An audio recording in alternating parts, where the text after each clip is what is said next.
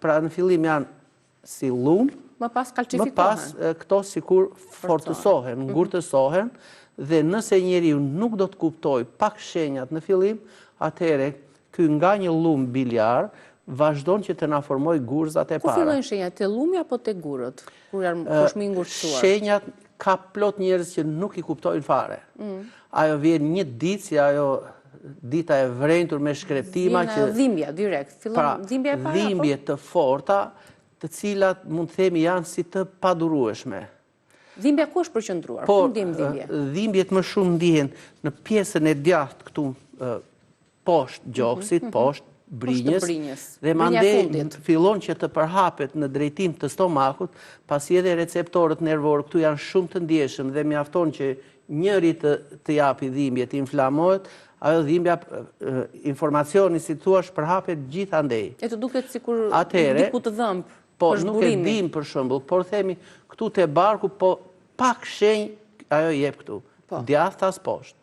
Mbas kësaj, po ta vëzhgoj mirë me kujdes fenomenin, atëherë vëmë re që kjo dhimbje përhapet në bark, si kur na e pak si nauze ose si të vjella, dhe mandej përqendrohet edhe në mes shpatullave, ose nga njëherë bëhet si pik në shpatullën e djathtë. Pra kur dëgjojmë që themi kam vetëm në një vend, në një pik të vogël. Në një pik të vogël.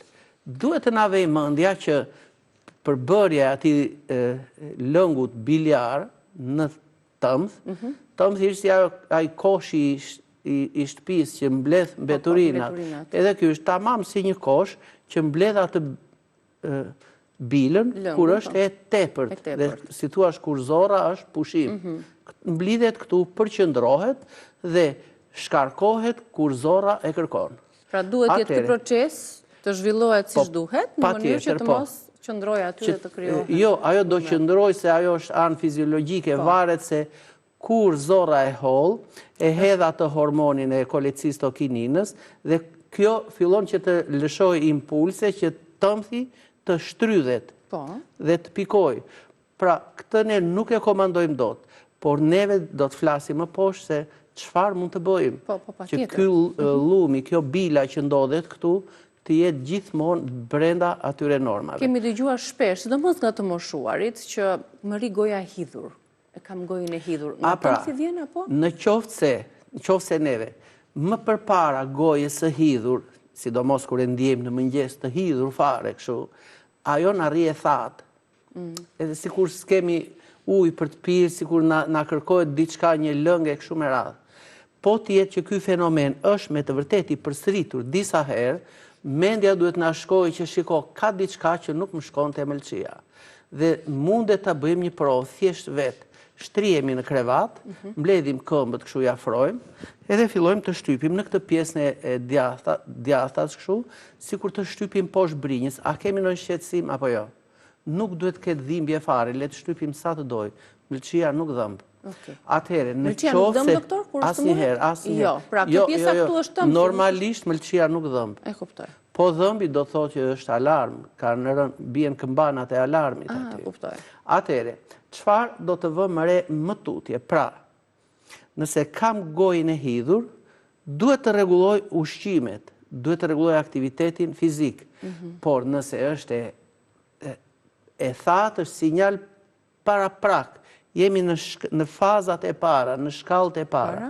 Po ishte e hidhur, problemi ka agravuar, ka ecur më përpara, më shumë. Do me thënë, nga një lum mund të më jenë formuar gurzat 1, 2, 3 milimetra. Dhe këto gurzat pastaj, kur kalojnë në për ato kanalet të holla, që mund të jenë 3, 4, 5 milimetra, varet edhe nga mosha e individit e kështu, deri në 6 milimetra, atëherë është e pamundur që atë mos preki në paretet e brendshme të këtij duktusit hepatik. Dhe ajo duke prekur krijon pak dhimbje, lëndime kështu.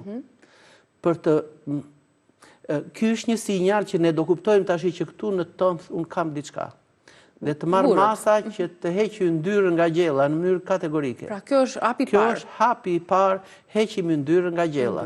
Sepse o më është rritur përqindja e kolesterolit aty në bil, ose më ka ndryshuar këto acidet organike që unë i përmenda, këtë acidin kolik për shembull, por edhe këto glicenina, taurinet e tjera që ndodhen këtu, këto kanë filluar që ta thyen pak atë përqindjen midis ujit edhe këtyre përbërësve të tjerë. Që përpara se të kalojmë se çfarë do heqim tjetër nga dieta, sapo të kuptojmë që kemi gurët, të vazhdojmë me simptomat. Pra thamë dhimbja, pra kemi gojë të thatë, gojë të hidhur, kemi një dhimbje e cila persiston dhe vjen edhe bëhet gjithmonë më e fortë.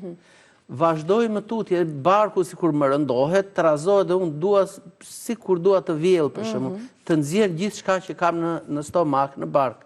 Kjo i jep edhe dhimbje më shumë, edhe sidomos pas ushqimit të drekës ose të darkës, dhe sidomos kur ky ushqim është i pasur me kolesterol të lartë, mish me yndyrë të skuqura, të pjekura, pikante gjithashtu. Patjetër, por që kanë kolesterolin e lartë. Ky është shkaktari i parë që e ngacmon tëmthi. Kur thoni të heqim yndyrat, faret mos em asnjë, sepse dhe yndyrat janë mundet që të shkojmë për shembull deri në 1-2%, jo më shumë. Pra një gjell, si thua do e heqim majkën, do hadhim tjerëve, atë fundin e tenxheres me shumë pak yndyrë, le ta marrë ky person. Qartë. Sidomos që është obez. Atëre, nëse këto shenja ne i kemi të pranishme në trup, mendojmë që kemi një lumë biliar, ose kam ndonjë inflamacion të tëmthit.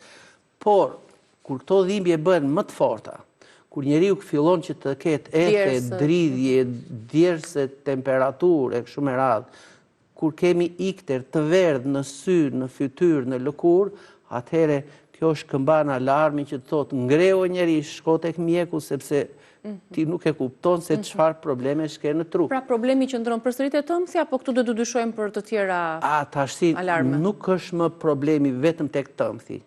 Unë thash që në fund ky duktusi hepatik bashkohen me atë duktusi me kanalin e pankreasit, me duktusi pankreatik, dhe aty tashtin, ajo në fund për shembull, mundet që ai guri ka ardhur, është ajo unaza që unë e përmenda atë kolecistokininën, e cila është një hormon që ngacmon, si thuash, edhe të shtrydhet tëmthi, por njëkohësisht hapet ajo porta odi. Kur kjo nuk hapet, ose hapet, por nuk kalojnë dot gurët se janë të mëdhenj, atëhere kjo porta është e bllokuar.